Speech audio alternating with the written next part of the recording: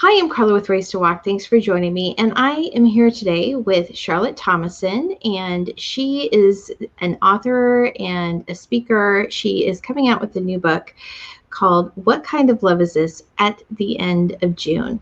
So, April is Sexual Assault and Child Abuse Awareness Month. And I've been doing reviews on books related to this topic and speaking with different authors about it. So far, we've talked about Charlotte's book, What Kind of Love Is This? I did a review on Reclaimed by Shannon McGraw on reclaiming your life from trauma.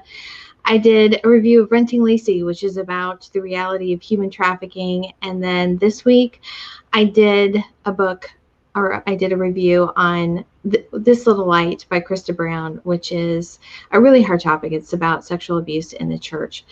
So we've talked about all this, but today what we're going to be talking about is what's next. What do we do about it? What can we as individuals do to do everything we can to make, our space safe for our kids and the people around us? How can we be somebody that is a support to a person who is recovering from abuse, and what can we do to prevent and identify abuse? And so that's really what we're going to be talking about today. So I'm going to do a quick overview of what the numbers of abuse actually look like. Now, Charlotte found this website for me that has some really great statistics. I'll link to it in the description. And it's these numbers are from LawrenceKids.org. They have a bunch of different, compile a bunch of different sources from different resources. And so the reality of abuse is that 1 in 3 girls and 1 in 5 boys will become a victim of child sex abuse before their 18th birthday. 1 in 5 children who touch a computer will be sexually solicited online. And child abuse occurs at every socioeconomic level. It occurs in every different demographic. There's no area that is exempt from this. And the reality is that we like to think that this just is those, creepy people that we, see wandering around. But really what it is that 90% of this child sexual abuse is done by somebody that the child knows. It's by somebody that they trust. And so this is something that we all need to be aware of. I mentioned that, volunteering in children's ministry, these are some really hard numbers to take in because, it's the church isn't exempt either. And just seeing the numbers, that I just know that there's kids that have been in my Sunday school that were living through it. And so we want to be people that can be those rescuers, be the people that they can trust and confide in and make a difference. So anyway, Charlotte's going to talk a little bit about, when a child is in one of those situations, what rescue looks like from the perspective of a survivor, because she experienced childhood abuse. We talked about that in our interview a couple of weeks ago. And so she's going to give her perspective as someone who's not only lived through it, but has also worked as a social worker in helping children. Charlotte, do you want to share your perspective? Yeah, I think, when I was a child, it was when I thought about being rescued, and I did think about it quite a bit, but rescue to me was really not necessarily being removed from my home. Rescue to me was, among other things, it was that my parents would change and that the abuse would stop and that somehow something would make it stop. I remember, like right before I was baptized, when I was 8 years old, I had this belief that when I was baptized, because I would be clean and everything would be new, that somehow that act would stop the abuse. And so to me, that was a way that I would be rescued. And so, because I had an attachment to my parents, and I, it's something that in the field of social work and working with abused children is called trauma bonding, and it's also occurs with domestic violence survivors. Is that you form a bond to the individual, and it's really formed through the trauma, and that's a whole nother topic. But so I never really wanted to be removed and go live with strangers. And when I was a child, that wasn't really even an option because there was no such thing as foster care. And I found that same thing to be true with the children that I worked with. The majority of the kids that I worked with while I was in Children's Protective Services wanted to go home, and it didn't matter what had happened. And children who had been sexually abused wanted to go home. I worked with one girl in particular for several years, and she was placed for adoption, and she was and when she was much older, she was placed for adoption. But she'd been sexually abused by her father since she was very, very young. And we removed her when she was 11 years old, and we terminated parental rights, and she was placed for adoption. And after a couple of years, that adoption disrupted. And when she turned 17, she went back to her father, who had abused her for years, because she never really was able to process that wasn't the best place for her. And there was that trauma bond with her father. And so I think that being rescued is not so much being removed and never seeing your family again, but it is more about the children. I wanted the abuse to stop. And for me, the place I went was Jesus. And I had places that I would go to, and I would talk to him, and like I said in my earlier interview with you, when I dissociated, that's where I went. And so he was, in that sense, was my rescuer, but I always had to go back. And I couldn't understand why I had to always go back. And then and sometimes children will have an adult in their life that mentors them and takes a healthy interest in them. And I had that. My Sunday school teacher was one of those people. And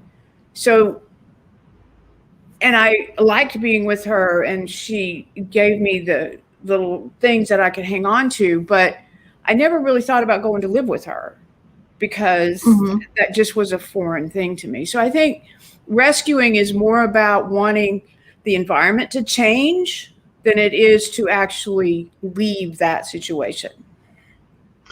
So again, Charlotte's book is coming out at the end of June. You can, she has a pre-launch special right now that you can take advantage of. But her situation, and I realize that every situation of abuse is bad, but this was a very extreme case. And looking back on it as an adult, what is your, because quite frankly, for me, looking at it, I would say your parents needed to be in jail. That's what needed to happen. Well, that's true. What do you as an adult think should have happened? Looking back on it, yeah, they should have been in jail. What they did was criminal, because it was, beyond, a lot of it was beyond anything you could imagine. But I think they should have been arrested, and probably in today's world with today's laws, they would have been. And I think that's a important thing for people to understand, is how much things have changed regarding how law and how society regards children. Because in the 60s and even in the early 70s, there were really not nationalized or even statewide provisions to protect children and to file criminal charges. against parents who abuse their children. And particularly with sexual abuse, because that was still very much a taboo topic. I mean, it's difficult for people to talk about now, but back in the 60s, it was, you just did not do it in the 50s and 60s. And so, yeah, I think looking back, I think they should have been arrested and should have faced consequences for their behavior. Absolutely. So I talked to a friend of mine who currently works for CPS, and she said that most of the time, one of the things she stressed is that, you want to be cautious about, I don't even know. I mean, just the numbers are so overwhelming. It's just like, it's kind of hard for me to just say, okay, how can you be cautious about this when you know that there have to be things going on, right? Mm-hmm. But one of the things she said was that when a child comes to them, they don't normally find out about sexual abuse because it's usually something else. And the sexual abuse, because they don't talk about it until a lot later. So did you find that to be true too when you were working with children? Yes, absolutely. Yeah, if a child's been sexually abused, that is rarely the identifying issue that gets CPS involved for the same reasons that I just talked about. And that is that it's still a very taboo topic, and the child is often groomed to not say anything about it. And there's visible signs of physical abuse. And so if, physical abuse is occurring and there's bruises or broken bones or that sort of thing, it's very obvious that the child's not being cared for properly and is being injured. But there are no physical signs that you can see just looking at a child that they've been sexually abused. And so, yeah, that it usually doesn't come out until the child's been in a foster home long enough that they trust the foster parents, and then the foster parents begin to see the behaviors that indicate something may have happened, or the child actually discloses that they were touched inappropriately or that they were molested. And that's when that investigation then begins. So yeah, that was my experience as well. So I think that leads into our next topic, and that is what are some of the signs of abuse? So if you see things that what kind of things should we be on the lookout for? Because I think some of us who haven't lived it or don't work in it, I think we're probably kind of oblivious. At least at least for me, there have probably been things that I've missed just because it's not something that's really been on my radar. Sure. I think that one of the things that's important when you start looking at or looking for signs, or you're trying to figure out if it's a sign, I think it's important when you hear the different possible signs, it's really important to not jump to conclusions and to look at the overall picture of the child, because a lot of things can create those same indicators. Okay, like divorce can, this last year, COVID-19 and all the isolation, losing loved ones, not being around their peers, all those kinds of things can create symptoms that mimic symptoms that occur with sexual abuse. But I think, having said that, a few things kind of stand out. And I think one of the most significant things to look for is a dramatic personality change. If you have a child who's very outgoing and is talkative and likes being around people, and then all of a sudden they're not, and they're very withdrawn and they're very clingy towards someone, and they shy away from possibly a certain adult that they used to like to be around, that's usually a clear indicator that something has happened. It doesn't necessarily mean it's been sexual, but something inappropriate that's made the child uncomfortable with that person has occurred. And so watching that is an important thing, and watching it over time, because sometimes the child can just be having a bad day. So you don't want to take one isolated incident and say, oh my goodness, this has happened, but just observe over time.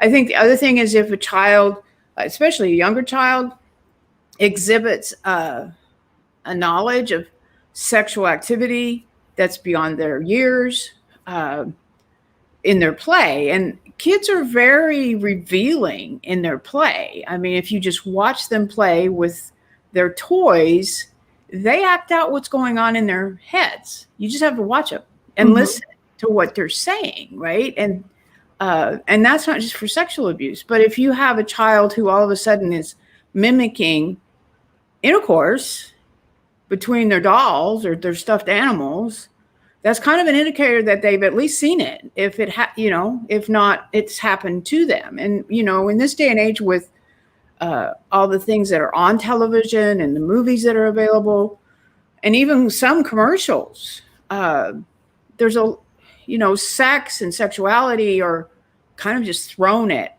us constantly. And so, and even that is a form of abuse if it's over a period of time, because a child's mind is not ready to deal with those kinds of images. Or maybe they've walked in on their parents, when they were having sex, and that can be traumatic. So there's a lot of different things, again, that can cause that kind of behavior. But if it's a pattern, right? Or if you see it, then the thing to do is to, if you're not the parent, to mention it to the parent. And then, if you have an opportunity with the child, to just ask them, what's going on here? What's happening? Who is this? Just very, engaging them in their play, not as a cross-examination kind of thing, but just engaging in their play and see what they say. The other thing is,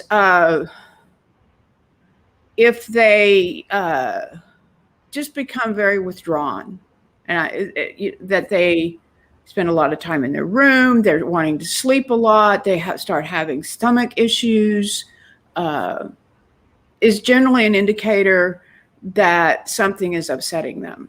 And if they don't want they don't want to get undressed, to go to put on their pajamas, they don't want to take a bath, those are other indicators that someone has approached them and done something that made them feel uncomfortable. So those are kind of the outstanding things that you can look for with your child. So when you were working as a social worker, can you think of any situations when you thought, oh wow, that really somebody handled this right, this worked out well, like good situations, like people did the right thing that had a good outcome?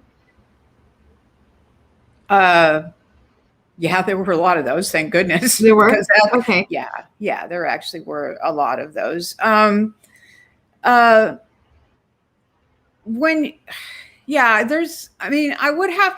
think one of the things that's important, at least when I was working with the state and, later in the private sector in foster care and adoption, the majority of foster parents are really good people. And they really want to help the child. But as far as, if you want to go back to when somebody saw something and did the right thing and got intervention, that happened a lot, actually. And especially as people became more aware, which I would say didn't really happen until the early 80s and early and mid 80s, because that's when there was a national push for intervention, reporting, and treatment for child abuse. And so it was kind of like it was all this brand new thing in a way. And so everybody was really aware. And that was when the whole concept of the law about mandatory reporting came into effect as well. And so people in the community, in the larger community, that really caught hold of that and really wanted to make a difference. And so that was a really good thing, because people were it's kind of sad in a way that it had to be that they made a law that you had to report it or you were committing a misdemeanor. I mean, that's kind of a good motivator, right? But it made people aware that, hey, this is something we can't just not ignore, that we can't ignore anymore, that we have to do something about it. Because, if they're going to pass a law about saying we have to, then it must be important. And so that was kind of the effect of the law. And so they did respond. And I don't know that I can just think of one particular situation, but I do, there is one that kind of, it's a little bit of an extended story, but I did have a little girl. She was about 8 years old when she came into foster care, and she had been sexually abused by multiple perpetrators, her mother's live-in boyfriends, since she was probably 4 or 5. And she'd been severely neglected as well. And when we placed her, she had 2 siblings, and she was the youngest. And we tried to work with the family, but the mom eventually relinquished her parental rights because, for whatever reason, I'm not going to actually be judgmental. I was going to be there for a minute, but I won't be. But anyway, we terminated parental rights, and we placed all 3 siblings in the same adoptive home, because at the time, and still I think to the most part, the best plan is to place siblings together when you place them for adoption. But after about 6 months, became really apparent that was not working, and that this was a 2-parent home, right? But this little girl really could not handle having a father in the home, because it terrified her, and she had not really been able to heal from what had happened to her because she was so young, and there just simply had not been enough time. And she ended up becoming suicidal. She was placed in a psychiatric hospital, and the adoptive family decided they did not want her anymore. And they didn't even go to the hospital to say goodbye. So that's not the good ending, but they didn't do the right thing. But what ended up happening is we placed her with a single mom, and for adoption. And she, within 2 weeks, she was back in the psychiatric hospital. She was going for broke, and she was testing this mom, and she wasn't going to wait around, right? Well, this adoptive mom, who worked full time, she went to the hospital every single morning and had breakfast with this little girl. And then every day after she got off work, she went to the hospital, and she stayed with her until she went to sleep every night. And she did that for the full 2 weeks that this little girl was in the hospital, because she knew what the child needed and why. She understood why the little girl had done what she did. She was testing her.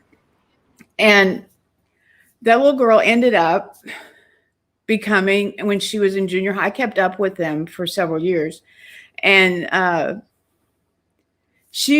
in junior high, she became a peer counselor for girls who had been sexually abused in her junior high. And she was a straight A student. She was incredibly bright. She tested with an IQ of 120 when she was in the middle of all this mess. So just imagine what her actual IQ is. But she flourished, and it was that 2-week period of time that made the difference. And it was really this adoptive mom understanding what was important and why that was important. And I think that's the key, is really understanding the behavior that a child who's been abused, what they're doing and why they're doing it, and reacting accordingly, instead of assuming that they're just doing it to be obstinate or whatever. So yeah, I think that's the story I love to tell all the time about doing the right thing. I think that I I think that sometimes people think that kids in that situation are so broken that they can't be, restored. And I think people need to hear more stories like that, don't you? Yes, I do. I think that what we hear in the news are all the not success stories, right? We don't hear the success stories, and there are a lot of success stories. There's a lot of children that end up having very successful lives because people in their lives did the right thing. And they may have had problems as they got to be adults, because you do when you've experienced trauma. But yeah, there's a lot, and I agree. I think we need to hear a lot more of the good news instead of just all the bad stuff that happens as kids heal. So one of the things I was going to ask you, I'm sorry, I kind of slipped my mind a little bit. So when you have the kids that come in, and you said that there's a lot of people that report, Mm-hmm. who are usually, is there certain groups of people that usually report? Is it other family members? Is it teachers? Are there certain people that are usually reporting on that? I don't really, I mean, I've been out of the workforce for 6 years, so I don't know really where all that is right now. I think that a lot of reporting does come from teachers and sometimes from family members. But I think teachers know they have to, because the mandatory reporting, and they are a mandatory reporter. And if they see something, they are mandated to report it. And so I think that's one of the reasons that happens. And I think, just like for me, my Sunday school teacher, she wasn't really a confidant, because I really didn't ever tell her anything that was happening. But I think if it had been in today's world, I probably would have. And so it's like somebody that you respect, that seems to care about you, that isn't your family, is sometimes a safe person to talk to. And so I think, I don't know statistically, I couldn't say for certain, but I would say that teachers are probably among the highest number of people that report suspected abuse and neglect, and probably family members that suspect something sometimes as well. But I think sometimes neighbors who see the child and suspect that something odd is going on. But I think teachers probably are the highest number of reporters, I would say. So this kind of leads us into our next section, and that's about what to do if you see something and you suspect abuse. And I'm assuming that teachers are trained quite a bit on this, but do you want to go over some advice for people that maybe don't have that training on what to do if they suspect something? I think, there's, like I said earlier, you have to be a little bit cautious, because you don't want to assume something that's not really true. Because if you report something to CPS, it can literally ruin the family, especially, even if it's not true, because everybody seems to know, right? But so I think, unless it's blatant, like a child comes to school or comes to your house and they're covered in bruises that are obviously not from falling, or if a child discloses to you that they've been molested by a relative or a parent, and then there's no doubt. And so you have to report it. And the way to do that is to call the child abuse hotline in your local state. And they take a report, they evaluate it, they send somebody out to investigate it. Generally, at least it was when I was working in the system, they always will interview the child in private. and to make sure that they don't feel intimidated by the alleged perpetrator. And so a lot of times they will visit the child at school, and they have the authority to do that.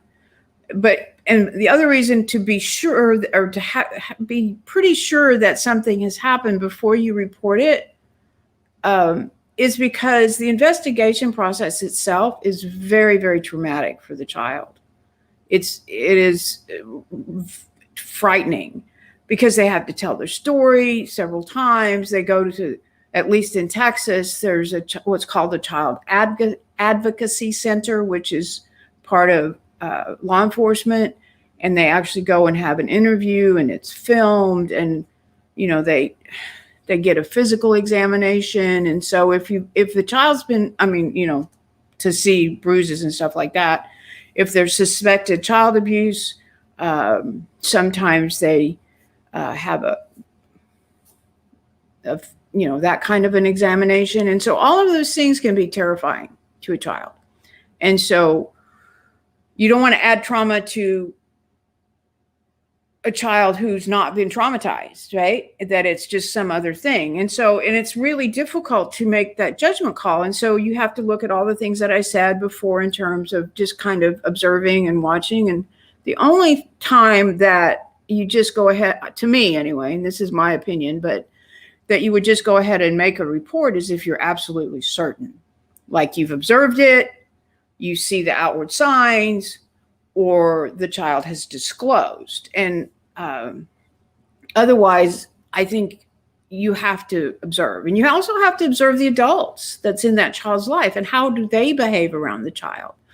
And if you see behaviors in an adult that indicate they might be molesting children, then it's really okay to have a conversation with that person, because it could be that that person is a survivor of child abuse and they don't want to be doing what they're doing and they want help. And so, and there's a book, or not a book, but a PDF file that's on a website called stopitnow.org that kind of gives some really good tips on how to approach that kind of a situation. But really the main thing is to be aware and to watch for things that are unusual, and then to trust your gut. I think that's really important, that you trust your gut. And if you really feel that something is going on, then it's really your duty and to report it and let the experts make a determination if it really happened or not. So say something is the thing I would say. One of the things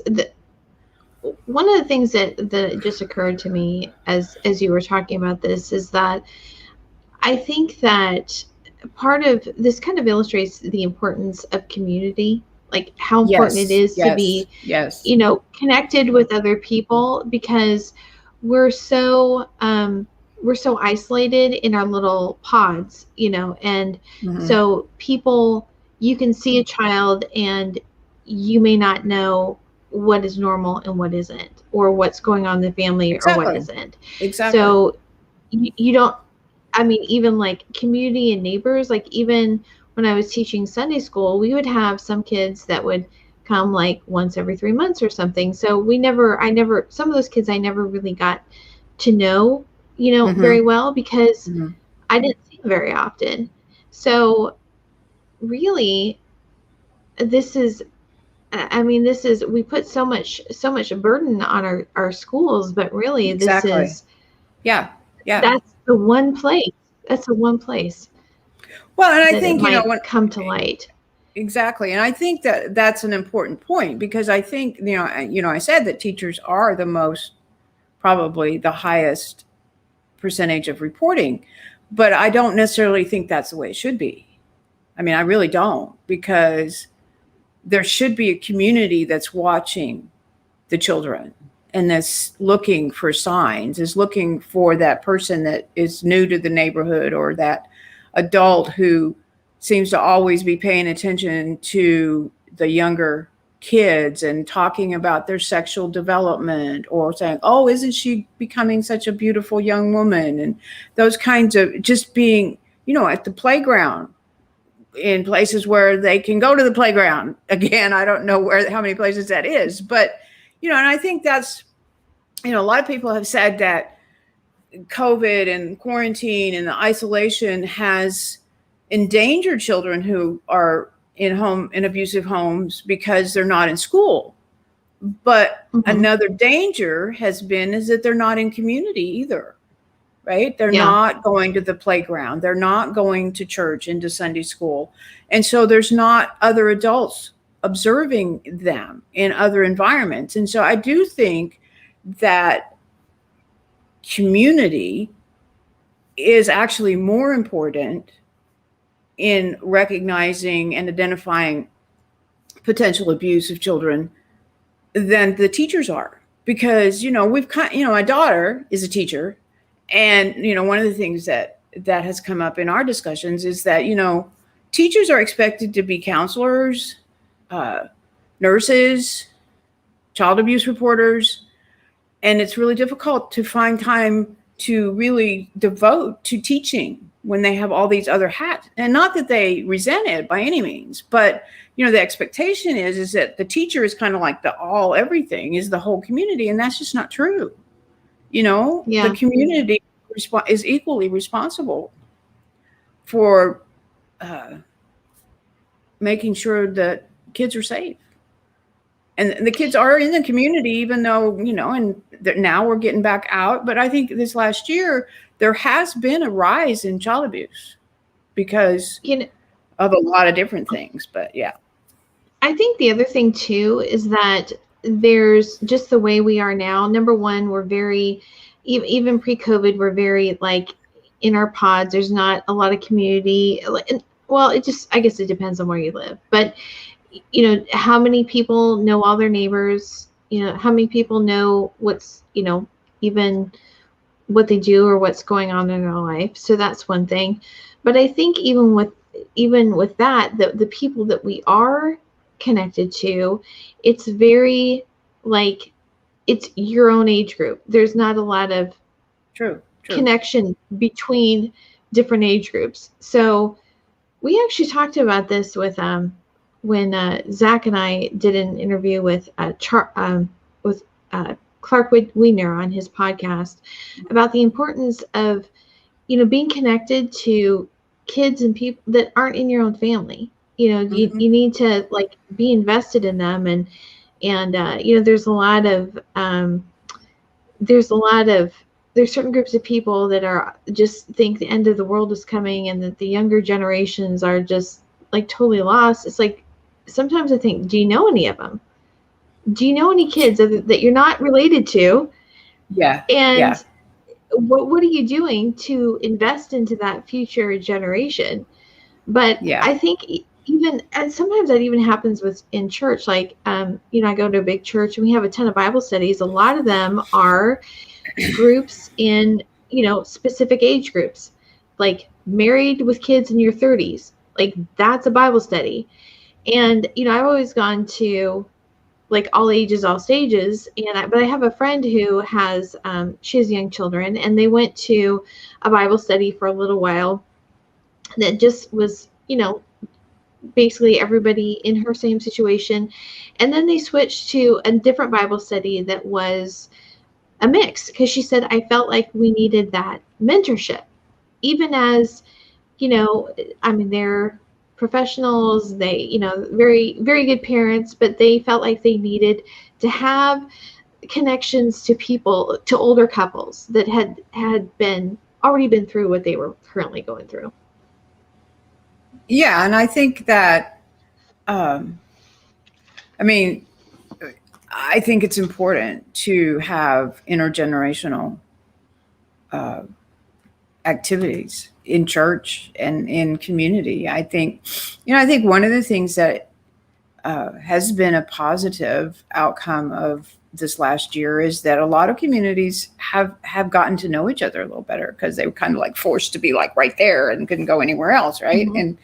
And so I think that's been good. I think people have become aware of each other. I think the importance of connection has been brought to the forefront. I think for me, I mean, it is within the same age group concept, but I live in a retirement community, right? And literally for this last year, we've had no activities, and we used to have activities like once or twice a week where we'd all get together and do our thing and talk, and I have really missed that. And so now we're back and we're able to do that. And I went down this week for breakfast, and one of the ladies that I hadn't seen was sitting at the table, and I said, "So, what have you been up to for the last year?" Because literally I had not seen her for a year, right? And so when we think about the fact of, I think this year has taught us the importance of connection.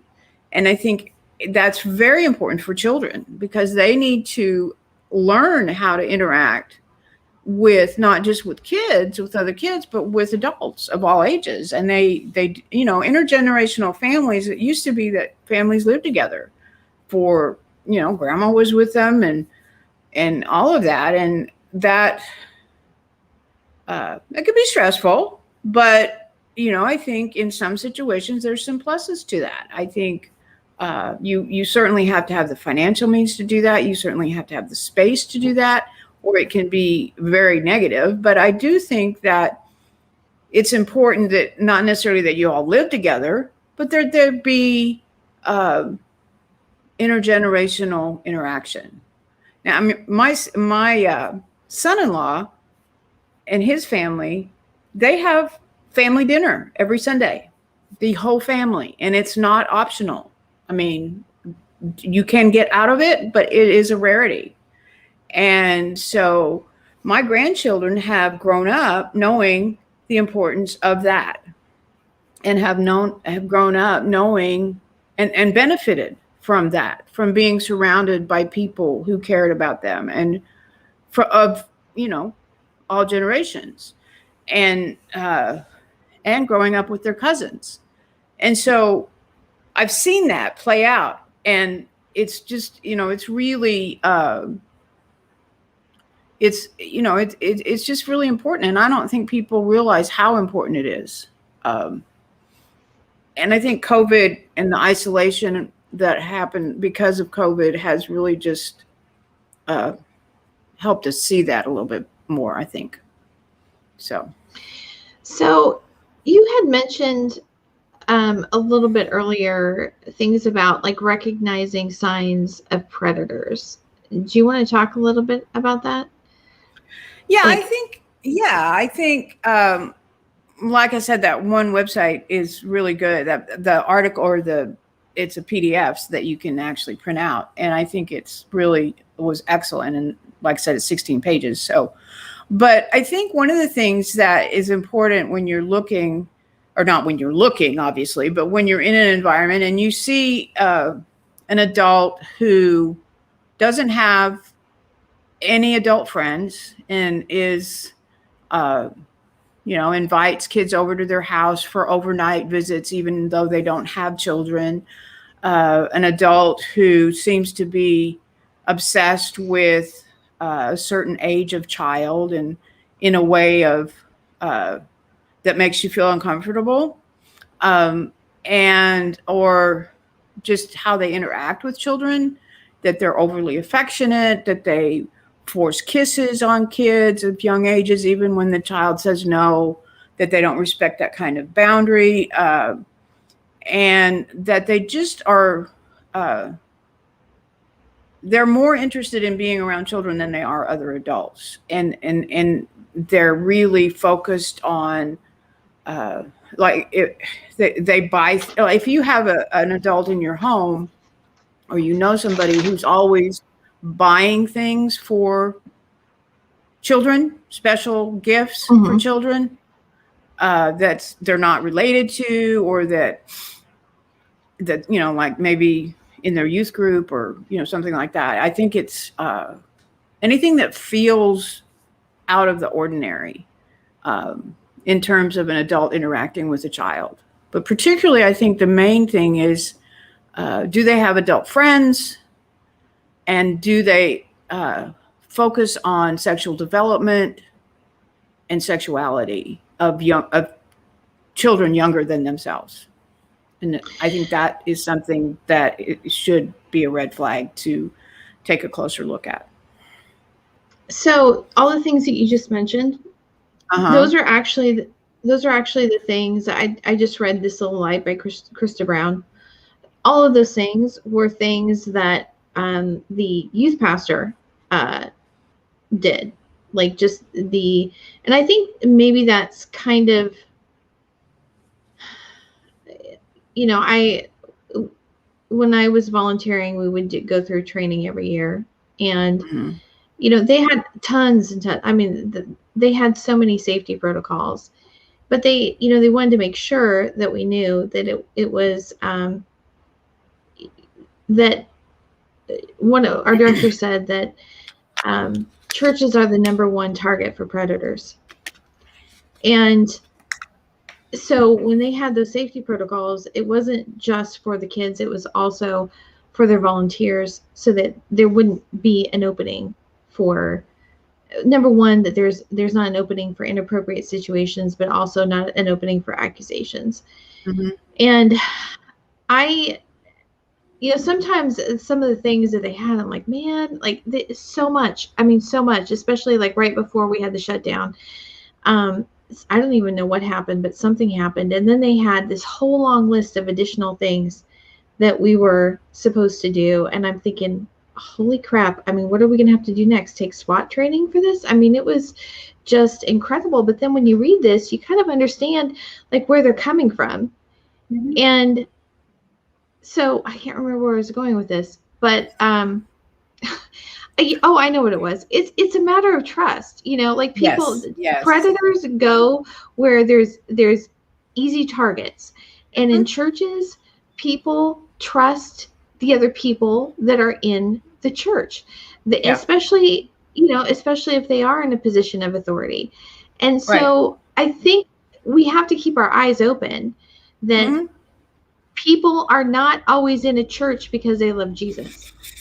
Sometimes they're in a church because they know that you're going to be gullible because you love Jesus and you think that they do. So I think we have to be aware of that. And I don't know that it's hard. It's hard because you don't want to believe bad about somebody that's in your church. You know what I mean? Yeah. I think what's important is that, you know, and we've recently seen this with a couple of major church leaders, that one of the things that has facilitated this type of culture within the churches and among predators that target churches is that it's been a safe place to do it because victims are not believed, or the person who is accused is surrounded by people that don't want to believe it. And so they choose to believe whatever the pastor, the youth pastor, or whoever says, instead of believing the person who is reporting misconduct. And I think that and there's been a lot of discussion about that, and I won't go into that, but I think that's an important issue for churches to look at, is what kind of culture are they creating within their body in terms of a safe place for the hurting and the vulnerable to come. You know, are they creating an environment where they can find the help that they need, they can get healed, or are they creating an environment where they're going to be continually, that their abuse or mistreatment is going to continue? And I think it's an important issue that has to be addressed in the churches right now. Yeah, that was what the book that I did a review on yesterday was all about. And it was about, well, specifically, she went to battle with the SBC and the Baptist General Commission of Texas to try to get them to have a mandatory reporting of pastors and volunteers that had been convicted, so they couldn't just move on and go into another church. And it's scary that, the huge resistance to it, but the most the horrible thing about I mentioned this last week when I was talking to Shannon, that when I read her books, when I read your books, part of what got you both through it is that you knew God was there. And I know that you both had times when you didn't have that close connection, but overall that was the thread. And for Krista Brown, in her book, it killed her faith, it killed her relationship with God. And it wasn't just the perpetrator, but it was everybody else, that it was like continual trauma. It was continual abuse, like the denial and the cover up, and coming after her because she was exposing them. And she called it soul murder. And that's what it is. And I wish that, so it's not just church leaders, like we all in the church need to recognize how important it is, because that was the other thing that she said, is that is there going to be a group of people in the church, in the congregation, that are willing to hear it and willing to say, no, this isn't okay. We want it to be a safe place for not only, this is the thing, when you make it a safe place for kids against abusers, you're also making it a safe place for survivors of the abuse. Because if they know that you're not going to allow this trauma to continue, that they experience themselves, and that you understand how damaging it is, then, I would think that would be the type of church you would want to go to, right? Am I wrong about that? No, I think that's absolutely right. But it's really difficult because it requires a change in culture of the church.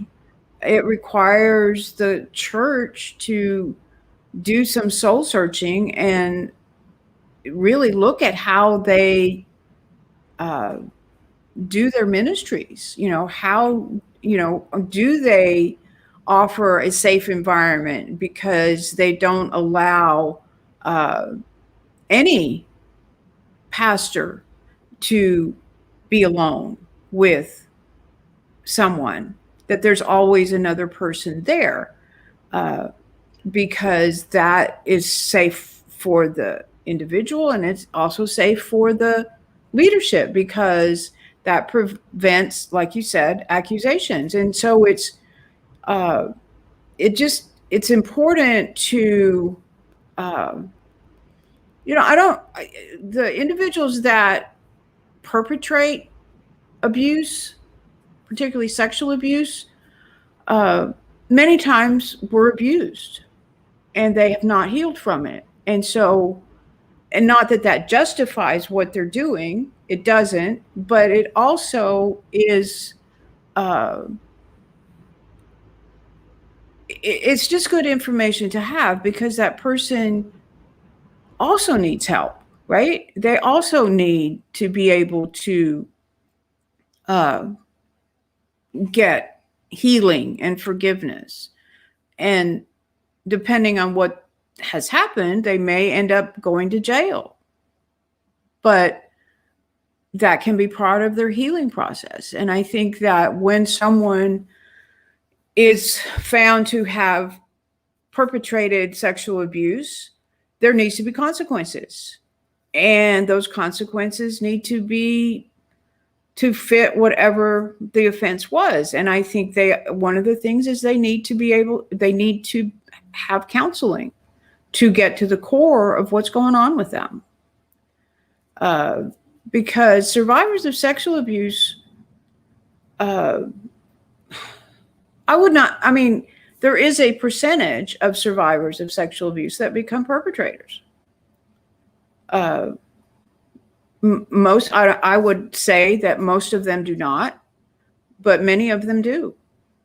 And so there is hurt and pain that person has as well. And they're not necessarily, now there are perpetrators out there that are just bad people. I'm not saying that there's not, but I would say that many of the people who abuse children and young adults and women and men experience that trauma themselves. And part of what the church can do is help them heal as well, but not allow them to be around the population that they are vulnerable to hurting. And that's a hard thing for people to see, but that's a whole idea of forgiveness and healing and restoration, which is, to me, what the church is about. So one of the things I think is that when you have, so like the church may have the protocols, right? Mm-hmm. And that's to try to prevent it. But even with all that, even with the best protocols, because I don't think I've been in a church probably in the last 20 years that didn't have some sort of safe mm-hmm. sanctuary training and requirements. But the thing is, when those safety measures fail, what are you going to do about it? And I think that's where the big problem is that people are okay with trying to be safe, but when the safety measures fall, then they try to hush it up. And I think that's where some of the real damage comes. Yeah, I think that's kind of an issue out of my purview. But yeah, I think that there is a lot of that for a lot of different reasons. But I think with recent events, that's changing because people are becoming much more aware of the damage that causes. I think, I guess I can say what's happened with Ravi Zacharias has probably been the biggest eye-opening thing in recent years. And I think the way that his ministry handled that was, when most recently was exactly how it should be handled. They should have done it, and they have admitted that they should have done differently. But you can't go back and change what you did. You just look at and you move forward. And they've been very straightforward and transparent. And I think that transparency is part of what creates that healthy, safe environment. And I think there's a shift coming in that culture. And I'm very hopeful that going forward, things will be different. I think people just need to take a long, hard look, people in leadership of the churches, particularly the mega churches, because there's so many people that it's hard to. So many people. Yeah. So it's hard. I mean, there's a lot to, oversee. And so it's hard, but if anybody's not familiar with, who Ravi Zacharias is or what happened, he was known for apologetics. He wrote a lot of books.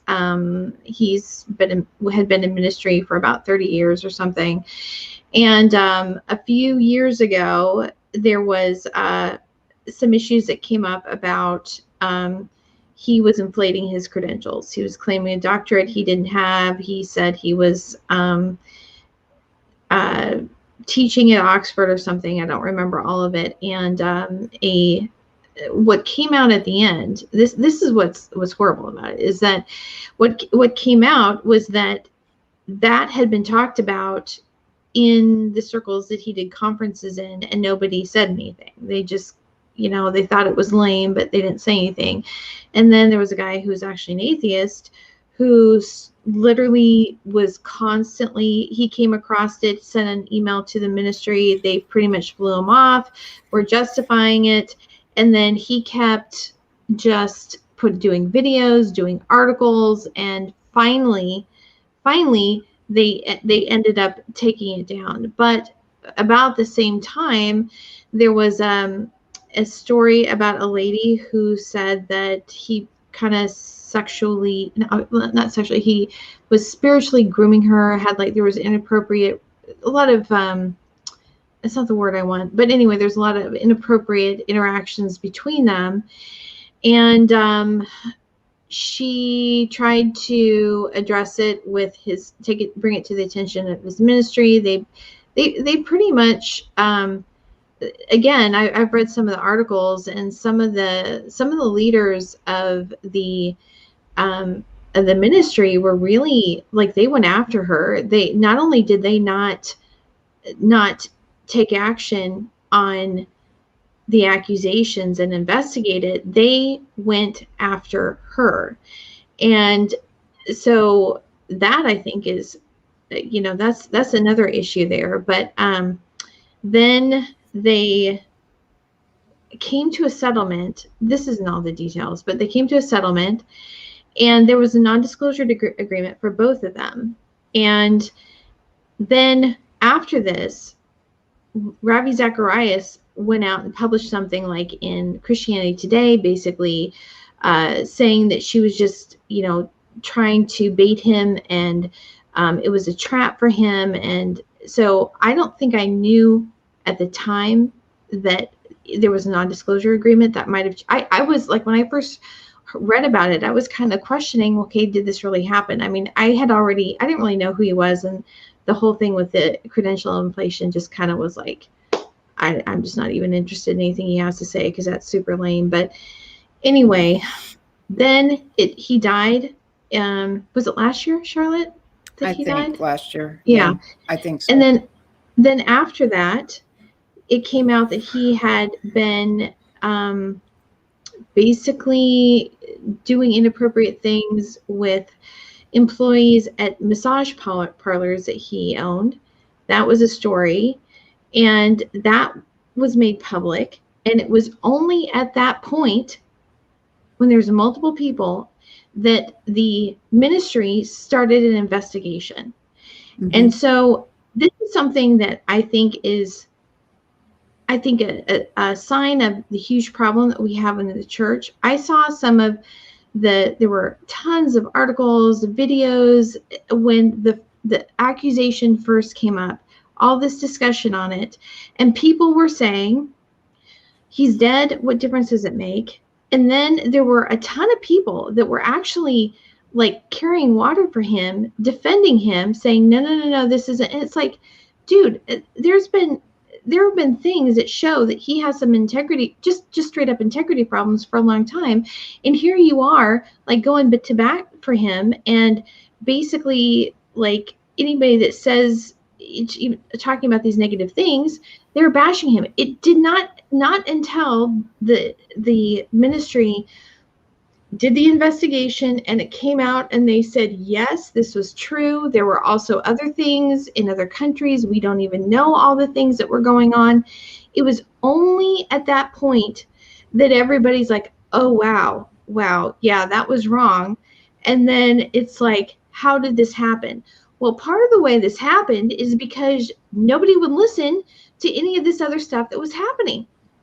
I mean, and yeah. And I think that's the key, is that you have to,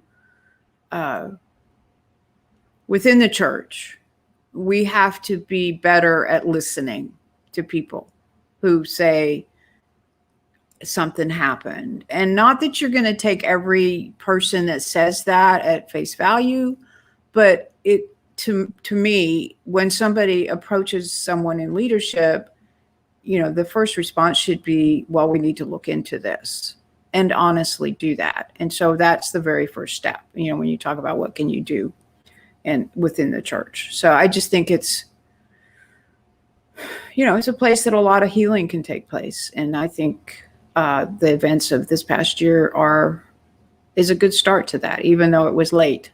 I think at least they did it. Yeah. They did it appropriately. They've been transparent about it, and have publicly, as far as what I've seen, I feel good about how they handled it at this point. And it's kind of like, okay, I will accept that, and, let God handle Ravi, because he's in his hands now. So there's not much we can do about that, but we can certainly move forward and heal. So, yeah. Well, but I still think it's like, it shows how much damage even just like even us as spectators can do when we're we can be providing cover for predators. And so I think we need to own and acknowledge that and be responsible about the people that we back other than, and like you see all these little circles of fanboys out there about, oh no, that can't be true. Yeah, maybe it is. Well, and I think to that point, my father was a minister. He was a lay minister, but he was a minister. And, he would rape me on Saturday night and preach on Sunday morning about how God loved the children. So, it's not, and that was back in the 60s and 70s. But I just think that it's important that we not give people in authority and a pass. That if someone says something's not right, that we take a look at it. That's just what we need to do. Not necessarily jump on them and make this big public announcement, but we need to investigate it. And there needs to be a system in place within that community and that culture to do that. Yeah. So. Yeah. So let me see what else we were going to talk. What were we going to talk about? Because we're like at an hour. So one of the things that I do want to go over this, you had some tips for survivors and tips for, you were going to talk about like the dangers of when going through your healing process, some of the pitfalls. Yeah. I think, one of my biggest concerns and also one of my biggest joys is that in this culture of social media, there are tons of Instagram accounts, Facebook accounts, Twitter accounts that are support for survivors of sexual trauma. And I wish that I'd had something like that when I was going through my healing process, because it was a very lonely process, because it was all brand new. People didn't really understand it. And, but I think what is important, the downside of that is that not all the support groups that are out there are appropriate. And so what I kind of wanted to do was to just give a few tips about what to look for when you're picking a group, whether you want to follow them or participate. And I think the biggest thing is, does the group have a focus on hope? Is there an element of hope in what they post? Are they forward looking? Or is everything that they post about, this happened to me, it's horrible, life is going to be difficult forever, I'm never going to get any better, and just rehashing what happened to them? And that's all they do. Now that, talking about what happened to them is good because it helps other people that have experienced the same thing not feel alone. But if there is no element of, this was really difficult, but these are the things that help me when I feel this way, and I really am working towards it not always being this way. That's really important, because if you got in a group that has the primary focus of the negatives and reliving all the trauma, that's not healthy, because it draws you back into your own trauma. And while that can be comforting in the sense of it helps you feel like you're not alone, what it doesn't do is help you move forward. And so it has to be kind of a blend of sharing what happened, but having an element of hope in it as well. Now, there's one particular Instagram account that I follow, and I was actually interviewed by her a few months ago. And she does this, and she does it quite well, actually. And it's the account is at Surviving Childhood Trauma. And she posts every day. She says, my thoughts over coffee. And she'll talk about what's happened in the here and now and how she's dealing with it. And then she provides encouragement. And so that's a really, really good example. And that's what I try to do on my social media and on my blog and on my YouTube channel, is I talk about what has worked for me and how it helped me move forward to where I am right now. So I think that's the biggest thing. And I think the other thing I would say is don't try to do this alone. Get help, find a support group that's good for you, that's healthy, find therapy. And I really have to stress, find a way to connect with faith, because that was so important to me. And I just think it's vital. And I know that's really difficult, but I really think it's very important. And then I also think what's important is to be patient. You're not going to heal overnight. It's going to take time, and to be patient and to not push yourself past what you're capable of tolerating, and to practice self-care, to rest and take breaks. And so those would be the big things that I would say to survivors. And a lot of that is because I did not do that. And it really had some pretty negative effects on my healing process. So that's what I would say. Well, thanks for all this, Charlotte.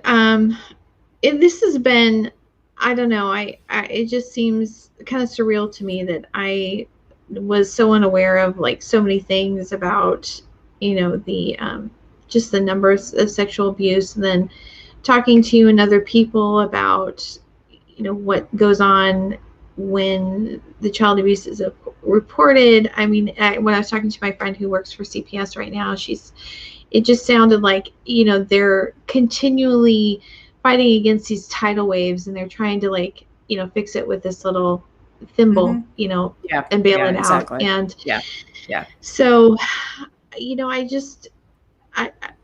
I hope that, people watch these videos, and number one, I hope that they're a survivor, that they find encouragement and hope in it, that there's, that it's possible to, walk away from all the devastation of the abuse and to find joy in life. Mm-hmm. But yes. I also hope for people who haven't gone through it, that, you're affected by it too, because you are interacting with large numbers of people who are living out the impact of that trauma, and that we're really the only ones that can make a difference in that. We need to be aware of it. We need to decide that, if somebody comes to me and with something that's happened to them, that you're going to be a kind of person that is a safe person and someone that is going to help the process of healing. And we need to be willing to just acknowledge when we see it among us, we have to recognize that it's there, because just pretending like it's not happening, it just allows the abusers to continue, and it just will only get worse. And so we need to decide that that's what we're going to do. I think that's kind of my. Yeah, I think you gotta be willing to take that risk and get involved, because you're saving a child's life. Yeah. Literally, you really are. So whether you're saving their physical life or not, you are saving their spiritual and their emotional life by taking that action. So it's important. Yep. Well, I think we're going to call this a day. Thanks, Charlotte, for you're welcome. Just sharing your experience and your knowledge. And again, Charlotte has a website, charlottethomason.com, and she has a memoir coming out at the end of June. And right now there is a pre-launch special up until last day is April 30th. So yes, you can get a signed copy of her book and when it releases. So be sure to take advantage of that. And she tells she tells her story of what she lived through. And I think when you read that book and then come back and watch these videos, you're going to go, oh my goodness, oh my goodness. It's just going to give you a whole more appreciation for what she's saying about the how to recover from it. So anyway, be sure to buy a copy of her book and check out her website. You can follow her on social media at Charlotte Thomason, and she has a YouTube channel. So anyway, but thanks for joining us, and we probably will have another little conversation. I'm not at some time in the future. So I look anyway, forward to it. We'll keep you posted. Okay. Okay. Thanks. Bye-bye. Bye. Okay. Bye.